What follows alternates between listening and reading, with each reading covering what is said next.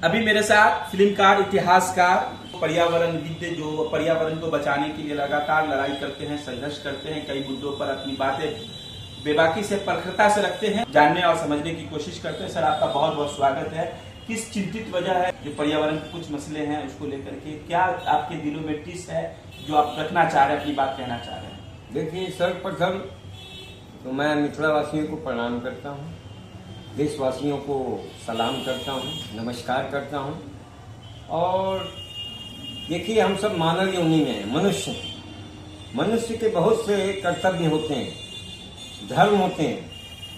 पृथ्वी हमारी माता है, भारत की धरती हमारी माता है, बल्कि पूरी विश्व की धरती हमारी माता होती है। उसके पर्यावरण को कुछ दुष्ट बर्बाद करने में लगे पड़े हैं, कुछ चंद पैसों की खातिर। अभी एक मार्मिक घटना हाल फिलहाल तेलंगाना सरकार ने जो किया है उसको कहते हैं राक्षसी कृत्य। रात के 2 बजे 50-60 बुलडोजर लेकर के पूरी सरकारी अमला, हैदराबाद के पास एक वन है, जंगल है, जहाँ पशु पक्षियाँ रहते हैं, वहाँ वो चले गए रात को 2 बजे अंधेरे में और जंगल का विनाश शुरू किया। हजारों वृक्ष काट डाले, सैकड़ों जानवरों के ऊपर बुलडोजर चलाना शुरू किया। जानवर क्रंदन कर रहे थे। हमारा राष्ट्रीय पक्षी मोर रोड़ों के चीख रहा था।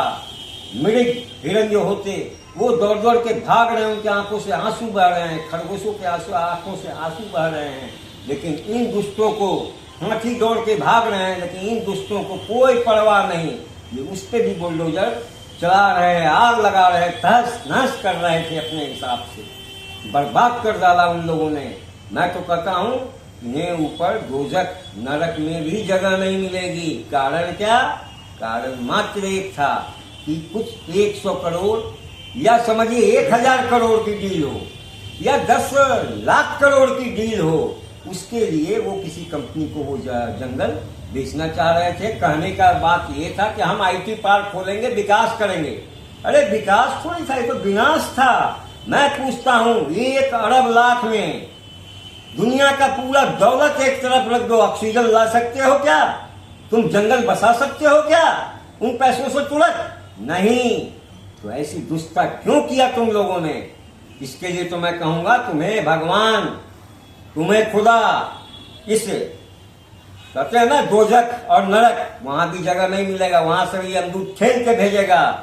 तुम लोगों ने जो नारकीय कार्य किया है उस पे हमें शर्मसार होना पड़ता है। लगता है तुम लोग दानव हो। तो मैं तो कहता हूं कि भारतवर्ष में हर आदमी को सजग होना चाहिए, वृक्ष के लिए, पर्यावरण के लिए। पूरे विश्व किस दहाने पे खड़ी है आपको मालूम है? तीसरा विश्व युद्ध अगर होगा तो पानी के लिए होगा। आप समझने की कोशिश कीजिए। कहा जाता है एक पौधा 100 पुत्र के बराबर है। आपकी जो पीड़ा है वो दिख रही है। आखिर ये पीड़ा आप कहाँ, तेलंगाना, कहाँ बिहार के लोगों को क्यों चिंता होने लगी इस बात को लेकर के? देखिए, मैंने पहले ही कहा, ये पूरी भारत क्या, पूरे विश्व की पृथ्वी हमारी है। हम मनुष्य इसके पालनहार हैं, मनुष्य को इसकी रक्षा करनी है। तो अगर हम ये नहीं सोचेंगे, अरे तेलंगाना क्या हमारे देश में नहीं है? तेलंगाना तो हमारे हिंदुस्तान का एक अभिन्न हिस्सा है। वहां पर यह कर्मकांड क्यों हुआ? हमारी मोदी जी का जो मैनेजमेंट है उसकी फोर्स क्या कर रही थी? CID में क्यों नहीं रिपोर्ट दिया कि मोदी जी ऐसा होने जा रहा है, अलर्ट होइए। लेकिन तेलंगाना सरकार तो डायरेक्ट कहते नहीं, अमानुषिक, राक्षसी, दानवी कार्य किया है, उसकी माफी सब हो ही नहीं सकती। ऐसी सरकार को बर्खास्त करना चाहिए ताकि सबक मिल सके सभी सरकारों को कि हमें रक्षा करनी है वन की, पर्यावरण की, इस धरती की, पानी की, पौधों की रक्षा करनी ही पड़ेगी। हम आने वाली संतान को क्या दे पाएंगे? ये नेता सोचते हैं, जो कांग्रेसी नेता जो वहां सरकार थी, ये सोचते हैं कि उनका ही लाइफ पूरा लाइफ है। अरे मुल्क की लाइफ बहुत बड़ी होती, करोड़ों बरस होती। हिंदुस्तान की लाइफ करोड़ों बरस है आयु। आप अपने 60-70 साल 80 साल के लिए तुम क्या कर रहे हो? वो मुल्क की आयु नहीं है, वो तुम्हारी आयु है। तो तुम ये स्वार्थपरता, ये नीचता के कर्म बंद करो। मानव आने वाली संतानों के लिए इस पृथ्वी को बचाना हमारा सबसे बड़ा पुनीत कर्तव्य है और धर्म। देखिए, ऐसा है कि जब भारत का संविधान बना था उसमें सभी लोगों को बराबर का हिस्सेदारी बनाया गया था, सबको एक न्याय की व्यवस्था के अंतर्गत रहना था। उस समय वक्फ बोर्ड का कोई गठन नहीं हुआ था। ये गठन किया नेहरू जी ने। नेहरू जी के काल में कांग्रेसी लोगों ने गठन किया। ऐसा कोई मुसलमानों का डिमांड भी नहीं था, लेकिन कहते नहीं है तुष्टीकरण की नीति के तहत वक्फ बोर्ड बना दी गई। चलो भाई, अच्छी बात है, लेकिन वक्फ बोर्ड में समय के साथ लालची लोग बैठने लगे, लालची लोगों का कब्जा होता गया। उन्होंने वक्फ बोर्ड के द्वारा बहुत सी संपत्तियां जो उनकी नहीं भी थी इसको ब्लैकमेल करने लगे, पैसे की वसूलाई करने लगे। एक एग्जाम्पल देता हूं एटलांटा की, जो मुंबई में बांद्रा में अंबानी जी का घर है। वक्फ बोर्ड ने दावा कर दिया ये भी हमारा है, और वहां से पैसे वसूले गए हैं। आप जाके तो हमें पता कर सकते हैं। तो और वो जमीन गरीबों के लिए थी,